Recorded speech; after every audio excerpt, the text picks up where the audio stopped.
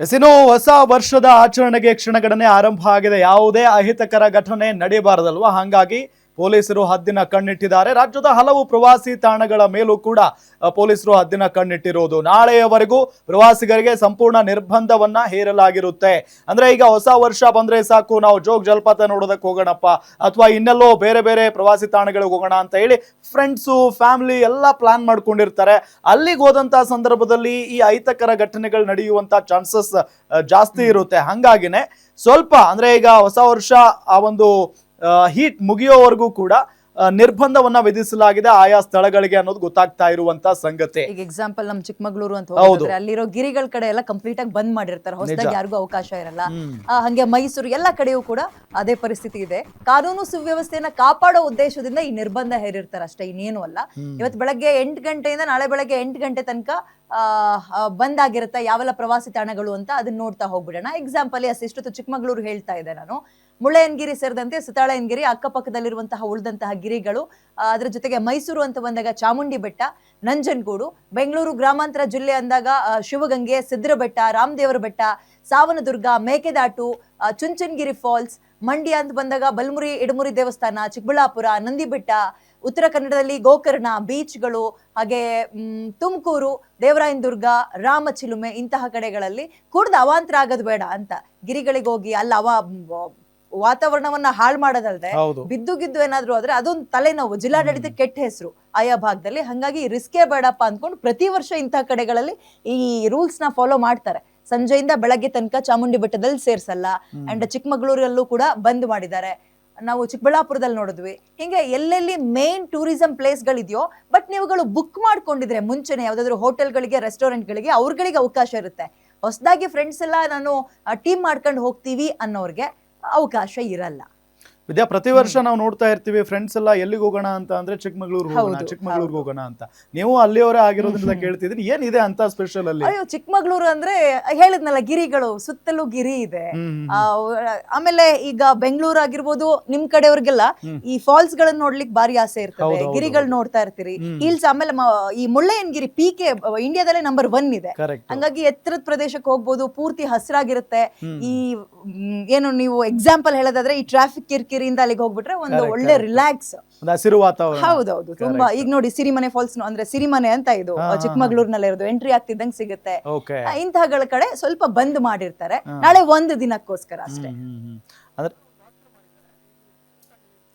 Okay, ನಮ್ಮ ಚಿಕ್ಕಮಗಳೂರು ಪ್ರತಿನಿಧಿ ಭರತ್ ಕುಮಾರ್ ಚಿಕ್ಕಮಗಳೂರಿನಲ್ಲಿ ಎಲ್ಲೆಲ್ಲಿ ಹೋಗ್ಲಿಕ್ಕೆ ಅವಕಾಶ ಹೊಸಬ್ರಿಗಿಲ್ಲ ಅನ್ನೋದ್ರ ಬಗ್ಗೆ ಒಂದು ವಾಕ್ತೃ ಕೊಟ್ಟಿದ್ದಾರೆ, ಅದನ್ನ ನೋಡ್ತಾ ಹೋಗೋಣ. 2025ಕ್ಕೆ ಗುಡ್ ಬೈ ಹೇಳಿ 2026 ವೆಲ್ಕಮ್ ಮಾಡೋದಕ್ಕೆ ಕರ್ನಾಟಕದ ಕಾಫಿ ನಾಡು ಚಿಕ್ಕಮಗಳೂರು ಸಿದ್ಧವಾಗಿದೆ.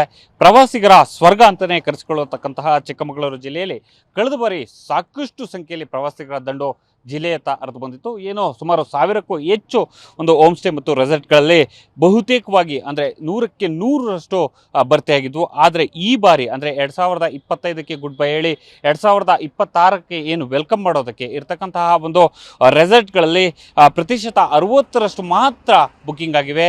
ಒಂದು ಪ್ರವಾಸಿಗರಿಲ್ಲದೆ ಈ ಒಂದು ಪ್ರವಾಸಿಗರ ಸ್ವರ್ಗ ಬಣಗೊಡ್ತಿದೆ ಅಂತಕ್ಕಂಥ ಮಾತುಗಳು ಕೂಡ ಕೇಳಿ ಬರ್ತಾ ಇರತಕ್ಕಂಥದ್ದು. ಅದರಲ್ಲೂ ಪ್ರಮುಖವಾಗಿ ಏನು ಈ ಬಾರಿ ಅಂದರೆ ವಾರದ ಮಧ್ಯಂತರ ದಿನದಲ್ಲಿ ಬಂದಿರತಕ್ಕಂಥ ನಿಟ್ಟಿನಲ್ಲಿ ಒಂದು ಪ್ರವಾಸಿಗರ ಸಂಖ್ಯೆಯಲ್ಲಿ ಇಳಿಮುಖವಾಗಿದೆ ಅಂತಕ್ಕಂಥ ಮಾತುಗಳು ಕೇಳಿ ಬರ್ತದೆ. ಮತ್ತೊಂದು ಕಡೆಯಲ್ಲಿ ಜಿಲ್ಲಾಡಳಿತ ಕೂಡ ಕೆಲವೊಂದು ಪ್ರದೇಶಗಳಿಗೆ ನಿರ್ಬಂಧ ಹೇರಿರ್ತಕ್ಕಂಥ ನಿಟ್ಟಿನಲ್ಲಿ ಪ್ರವಾಸಿಗರು ಈತ ಆಗಮಿಸಿರುವಂಥ ಒಂದು ಸಾಧ್ಯತೆ ಕಡಿಮೆ ಇದೆ ಅಂತಕ್ಕಂಥ ಮಾತುಗಳನ್ನು ಕೇಳಿ ಬರ್ತಿದೆ. ಮತ್ತೊಂದು ಕಡೆಯಲ್ಲಿ ಏನು ಚಿಕ್ಕಮಗಳೂರು ಜಿಲ್ಲೆಯ ಒಂದು ಪ್ರಮುಖ ಒಂದು ಪ್ರವಾಸಿ ತಾಣಗಳಿಗೆ ತೆರಳತಕ್ಕಂತಹ ಮಾರ್ಗದಲ್ಲಿರ್ತಕ್ಕಂತಹ ಒಂದು ಖಾಸಗಿ ರೆಸಾರ್ಟ್ನ ಮುಂಭಾಗದಲ್ಲಿ ಇರತಕ್ಕಂತಹ ಸಿರಿಕನ್ಯೆ ಏನಿದೆ, ಈ ಒಂದು ಪ್ರಮುಖ ಸ್ಥಳದಲ್ಲಿ ಸಾಕಷ್ಟು ಜನ ಪ್ರವಾಸಿಗರು ಇರ್ತಿದ್ರು. ಆದರೆ ಇವತ್ತು ಈ ಒಂದು ಪ್ರವಾಸಿಗರ ಸಂಖ್ಯೆಯಲ್ಲಿ ಇಳಿಮುಖವಾಗಿ ಕಂಡುಬರ್ತಕ್ಕಂಥ ಒಂದು ಸಾಮಾನ್ಯ ದೃಶ್ಯವಾಗಿದೆ. ಮತ್ತೊಂದು ಕಡೆಯಲ್ಲಿ ಈಗಾಗಲೇ ಏನು ನ್ಯೂ ಇಯರನ್ನು ವೆಲ್ಕಮ್ ಮಾಡೋದಕ್ಕೆ ಏನು ಜಿಲ್ಲಾಡಳಿತ ಮತ್ತು ಪೊಲೀಸ್ ಇಲಾಖೆ ಕೂಡ ಸಾಕಷ್ಟು ಸಿದ್ಧತೆಗಳನ್ನ ಮಾಡಿಕೊಂಡಿದೆ. ಮತ್ತೊಂದು ಕಡೆಯಲ್ಲಿ ಬರ್ತಕ್ಕಂತಹ ಪ್ರವಾಸಿಗರ ಮೇಲೆ ಅಲ್ಲಲ್ಲಿ ಚೆಕ್ ಪೋಸ್ಟ್ಗಳಲ್ಲಿ ಒಂದು ಪ್ರವಾಸಿಗರ ಮೇಲೆ ನಿಗಾ ಇಡಲಾಗಿದೆ. ಮತ್ತೊಂದು ಕಡೆಯಲ್ಲಿ ರಾತ್ರಿ ಆದಂಥ ಸಂದರ್ಭದಲ್ಲಿ ಬರ್ತಕ್ಕಂಥ ವಾಹನಗಳಿರ್ಬೋದು ಮತ್ತು ಏನು ಡ್ರಿಂಕ್ ಆ್ಯಂಡ್ ಡ್ರೈವ್ ಮಾಡಿ ಸಾಕ್ತಕ್ಕಂತಹ ವಾಹನಗಳ ಮೇಲೆ ಕೂಡ ಒಂದು ಡಿಡಿಯನ್ನು ಚೆಕ್ ಮಾಡುವಂಥ ಒಂದು ಕೆಲಸವನ್ನು ಪೊಲೀಸ್ ಇಲಾಖೆ ಮಾಡಿಕೊಂಡಿದೆ. ಮತ್ತೊಂದು ಕಡೆಯಲ್ಲಿ ಭದ್ರತೆಗಾಗಿ ಸಾಕಷ್ಟು ಪೊಲೀಸರನ್ನು ಕೂಡ ನಿಯೋಜನೆ ಮಾಡಿಕೊಂಡಿದೆ. ಹಾಗಾಗಿ ಈ ಒಂದು ಏನು ಚಿಕ್ಕಮಗಳೂರು ಜಿಲ್ಲೆ ಅಂದರೆ ಇಲ್ಲಿ ಬರ್ತಕ್ಕಂತಹ ಒಂದು ಪ್ರವಾಸಿಗರು ಬಂದಂಥ ಸಂದರ್ಭದಲ್ಲಿ ಯಾವುದೇ ರೀತಿಯ ಅಹಿತಕರ ಘಟನೆ ನಡೀಬಾರ್ದು ಅಂತಕ್ಕಂಥ ದೃಷ್ಟಿಯಲ್ಲಿ ಸಾಕಷ್ಟು ಪೊಲೀಸ್ ಸಿಬ್ಬಂದಿಗಳನ್ನು ನಿಯೋಜನೆ ಮಾಡಿಕೊಂಡು ಒಂದು ಸುಸೂತ್ರವಾಗಿ ಈ ಒಂದು ನ್ಯೂ ಇಯರ್ ವೆಲ್ಕಮ್ ಮಾಡೋದಕ್ಕೆ ಎಲ್ಲ ರೀತಿಯ ವ್ಯವಸ್ಥೆಗಳನ್ನ ಮಾಡಿಕೊಳ್ಳಲಾಗಿದೆ. ಮತ್ತೊಂದು ಕಡೆಯಲ್ಲಿ ಖಾಸಗಿ ರೆಸಾರ್ಟ್ ಮತ್ತು ಜೊತೆಗೆ ಏನು ಹೋಮ್ ಸ್ಟೇ ಮಾಲೀಕರು ಕೂಡ ಒಂದು ಬರ್ತಕ್ಕಂತಹ ಪ್ರವಾಸಿಗರಿಗೆ ಯಾವುದೇ ರೀತಿಯ ತೊಂದರೆ ಆಗಬಾರ್ದು ಅಂತಕ್ಕಂಥ ನಿಟ್ಟಿನಲ್ಲಿ ಎಲ್ಲ ರೀತಿಯ ಒಂದು ವ್ಯವಸ್ಥೆಯನ್ನು ಮಾಡಿಕೊಂಡಿರುವಂಥದ್ದು. Bharath, guarantee news, Chikkamagaluru. Trekking ಅವರಿಗೆ ಈಗ ಹೊಸದಾಗಿ ಅವಕಾಶ ಇಲ್ಲ Correct, ಅನ್ಸುತ್ತೆ. correct. ಚಿಕ್ಕಮಗಳೂರು ಬಗ್ಗೆ ನೀವು ಕೇಳ್ತಾ ಇದ್ರಿ, ಕಾಫಿ ನಾಡು ಅಂತಾನೆ ಕರೆಸ್ಕೊಳ್ತಾರಲ್ವಾ, ನಿಜ, ಕಾಫಿ ಎಲ್ಲ ನಿಜ. ಕಡೆ ಸಿಗಲ್ಲ. ಹೌದು. ಸೊ ಕಾಫಿ ನೋಡ್ತಾರೆ ಅಂಡ್ ಟ್ರೆಕ್ಕಿಂಗ್ ಹೋಗೋರಿಗೆ ಬಹಳ ಅದ್ಭುತ ಜಾಗ. ಮುಂದಿನ ಸತಿ ನೋಡ್ಬಿಡೋಣ. ಎಸ್, ಹೊಸ ವರ್ಷಕ್ಕೆ ಸಜ್ಜಾಗ್ತಾ ಇದೆ ರಾಜ್ಯದ ಪ್ರಮುಖ ನಗರಗಳು. ಅಂದ್ರೆ ನಾವು ಬೆಂಗಳೂರು ಹೊಸ ವರ್ಷ ಅಂತ ಬಂದಾಗ ಬೆಂಗಳೂರಲ್ಲಿ ಅದ್ದೂರಿಯಾಗಿ ಸೆಲೆಬ್ರೇಷನ್ ಮಾಡ್ತಾರಪ್ಪ ಅಂತ ಕೇಳ್ಪಟ್ಟಿದೀವಿ. ಬಟ್ ಈಗ ಎಲ್ಲಾ ಕಡೆಯೂ ಕೂಡ ರಾಜ್ಯದ ಯಾವ ಯಾವ ದೊಡ್ಡ ದೊಡ್ಡ ನಗರಗಳಿದಾವಲ್ಲ ಅಲ್ಲೆಲ್ಲ ಯುವಕರು ಯುವತಿಯರು ಎಲ್ಲರೂ ಸೇರಿ ಡ್ಯಾನ್ಸ್ ಮಾಡ್ತಾ ಇರ್ತಾರೆ. ಈಗ ಕಡಲ ತೀರಗಳಲ್ಲಿ ಹೆಚ್ಚೆಚ್ಚು ಸಂಖ್ಯೆಯಲ್ಲಿ ಜನ ಸೇರ್ತಾ ಇದ್ದಾರೆ.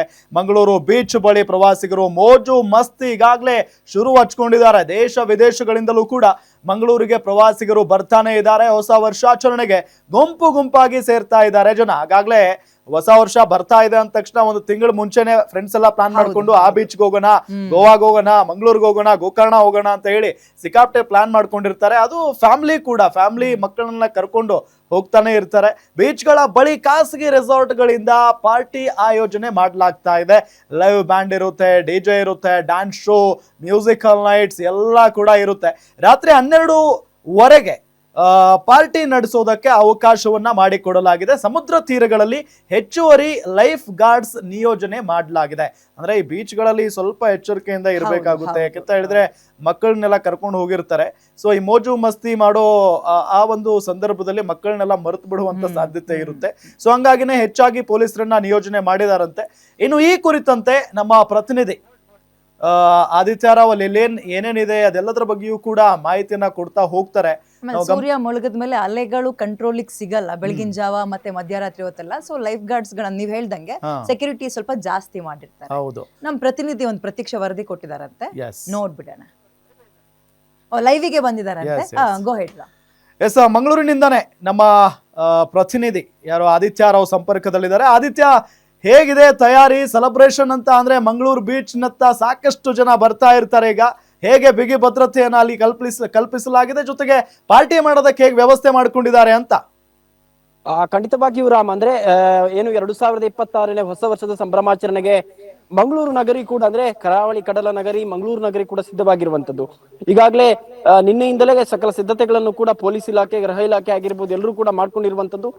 ಜೊತೆಗೆ ಕೆಲವೊಂದು ನಿಬಂಧನೆಗಳನ್ನು ಕೂಡ ಹೇರಿರುವಂತದ್ದು. ಅಂದ್ರೆ ಸಮುದ್ರದ ಭಾಗ ಹೆಚ್ಚಾಗಿ ಕರಾವಳಿ ಭಾಗದಲ್ಲಿ ಇರುವ ಕಾರಣ ಹೆಚ್ಚಿನ ಸಂಖ್ಯೆಯಲ್ಲಿ ಸಮುದ್ರ ಭಾಗದ ಕಡೆ ಹೊಸ ವರ್ಷ ಸೆಲೆಬ್ರೇಷನ್ಗೆ ಹೋಗ್ತಾರೆ. ಅಲ್ಲೂ ಕೂಡ ಪಾರ್ಟಿ ಪಬ್ಗಳು ಮತ್ತು ಇನ್ನಿತರ ಮೋಜು ಮಸ್ತಿಗಳು ಕೂಡ, ಡ್ಯಾನ್ಸ್ ಬಾರ್ಗಳು ಕೂಡ ಇರುವಂತದ್ದು. ಈ ಹಿನ್ನೆಲೆಯಲ್ಲಿ ಅಲ್ಲಿ ಕೂಡ ಕೆಲವೊಂದು ನಿಬಂಧನೆಗಳನ್ನು ಮತ್ತು ಆಯೋಜನೆಗಳನ್ನು ಕೂಡ ಮಾಡ್ಕೊಂಡಿದೆ. ಈ ಆಯೋಜನೆಗಳಿಗೂ ಕೂಡ ನಿಬಂಧನೆಗಳನ್ನು ಹಾಕಲಾಗಿದೆ. ಅಂದ್ರೆ ಅಲ್ಲಿ ಸರಿಯಾದ ಸಮಯಕ್ಕೆ ಪ್ರಾರಂಭ ಆಗಿ ಸರಿಯಾದ ಸಮಯಕ್ಕೆ ಮುಗಿಸ್ಬೇಕು. ಅಂದ್ರೆ 7:30ಗೆ ಪ್ರಾರಂಭ ಆಗಿ 12:30 ಒಳಗೆ ಎಲ್ಲಾ ಕಾರ್ಯಕ್ರಮಗಳನ್ನು ಮುಗಿಸ್ಬೇಕು ಅಂತ ಹೇಳುವಂತಹ ನಿಟ್ಟಿನಲ್ಲಿ ಗೃಹ ಇಲಾಖೆ, ಪೊಲೀಸ್ ಇಲಾಖೆ ಒಂದು ನಿಯಮಗಳನ್ನು ಕೂಡ ಹಾಕೊಂಡಿರುವಂತದ್ದು. ಜೊತೆಯಾಗಿ ಸಮುದ್ರದ ಅಂದ್ರೆ ಕತ್ತಲಾದ್ಮೇಲೆ ಸರಿಸುಮಾರು 7-7:30 ನಂತರ ಯಾರು ಕೂಡ ಸಮುದ್ರದ ನೀರಿಗೆ ಇಳಿಬಾರ್ದು ಅಂತ ಹೇಳುವಂತಹ ನಿಟ್ಟಿನಲ್ಲಿ ಲೈಫ್ ಗಾರ್ಡ್ ಗಳನ್ನು ಹೆಚ್ಚಿನ ಸಂಖ್ಯೆಯಲ್ಲಿ ಲೈಫ್ ಗಾರ್ಡ್ ಅನ್ನು ಕೂಡ ಅಳವಡಿಕೆ ಮಾಡ್ಕೊಂಡಿರುವಂತದ್ದು ಮತ್ತು ಪೊಲೀಸ್ ಇಲಾಖೆ ಕೂಡ ಕಣ್ಗಾವಲನ್ನು ಇಟ್ಟಿರುವಂತದ್ದು. ಇನ್ನು ಈ ಕರಾವಳಿ ಭಾಗದಲ್ಲಿ ಸಮುದ್ರದ ಭಾಗ ಒಂದಾದ್ರೆ ಸಿಟಿ ಪ್ರದೇಶ ಕೂಡ ಇರುವಂತದ್ದು. ಅಂದ್ರೆ ಈ ನಗರ ಭಾಗಗಳಲ್ಲೂ ಕೂಡ ಕೆಲವೊಂದು ಪಬ್ ಮತ್ತು ಇನ್ನಿತರ ಮನೋರಂಜನಾ ಕಾರ್ಯಕ್ರಮಗಳು ಕೂಡ ಈ ನ್ಯೂ ಇಯರ್ ಸೆಲೆಬ್ರೇಷನ್ ಅಲ್ಲಿ ಇರುವಂತದ್ದು. ಇಲ್ಲಿಗೂ ಕೂಡ ಕೆಲವೊಂದು ನಿಬಂಧನೆಗಳನ್ನು ಕೂಡ ಹಾಕೊಂಡಿದ್ದಾರೆ. ಅಂದ್ರೆ ರಸ್ತೆ ಬದಿಯಲ್ಲಿ ಮದ್ಯಪಾನ ಮಾಡುವಂತದ್ದು, ಮೋಜು ಮಸ್ತಿ ಮಾಡುವಂತದ್ದು ಸಂಪೂರ್ಣವಾಗಿ ನಿಷೇಧ ಮಾಡಲಾಗಿದೆ. ಏನಿದ್ರು ಪಬ್ ಮತ್ತು ಇಂಡೋರ್ ಗಳಲ್ಲಿ ಮಾತ್ರ ನ್ಯೂ ಇಯರ್ ಸೆಲೆಬ್ರೇಷನ್ ಮಾಡಬೇಕು ಅಂತ ಹೇಳುವಂತ ನಿಟ್ಟಿನಲ್ಲಿ ಪೊಲೀಸ್ ಇಲಾಖೆ ಈಗಾಗಲೇ ಕಾನೂನನ್ನು ತಂದಿರುವಂತದ್ದು. ಅದರ ಜೊತೆಯಾಗಿ ರಸ್ತೆಯಲ್ಲಿ ನಡ್ಕೊಂಡು ಹೋಗುವಂತ ಸಂದರ್ಭದಲ್ಲಿ ಹೆಣ್ಣು ಮಕ್ಕಳಿಗೆ ಚುಡಾಯಿಸುವಂತದ್ದಾಗಿರ್ಬೋದು, ಸಾರ್ವಜನಿಕರಿಗೆ ಚುಡಾಯಿಸುವಂತದ್ದು ಮಾಡ್ಲಿಕ್ಕಿಲ್ಲ. ಮಾಡಿದ್ರೆ ಕಠಿಣ ಕ್ರಮವನ್ನು ಕೈಗೊಳ್ಳಲಾಗ್ತದೆ ಅಂತ ಹೇಳುವಂತ ನಿಟ್ಟಿನಲ್ಲೂ ಕೂಡ ಈಗಾಗಲೇ ಸುತ್ತೋಲೆಯನ್ನು ಕೂಡ ಹೊರಡಿಸಿರುವಂತದ್ದು. ಈ ಪ್ರಕಾರವಾಗಿ ಕರಾವಳಿ ಭಾಗದಲ್ಲಿ ಹೊಸ ವರ್ಷದ ಸೆಲೆಬ್ರೇಷನ್ ಸಂಪೂರ್ಣವಾಗಿ ಕಟ್ಟುನಿಟ್ಟಾಗಿ ಅನುಸರಿಸಬೇಕು. ಜೊತೆಗೆ ಯಾವುದೇ ಅಹಿತಕರ ಘಟನೆ ನಡೆದ ಹಾಗೆ ಪೊಲೀಸ್ ಇಲಾಖೆ ಬಿಗಿ ಪೊಲೀಸ್ ಬಂದೋಬಸ್ತ್ ಅನ್ನು ಕೂಡ ಮಾಡ್ಕೊಂಡಿರುವಂತದ್ದು. Ram. Okay thank you Aditya ತಮ್ಮೆಲ್ಲ ಮಾಹಿತಿಗಾಗಿ.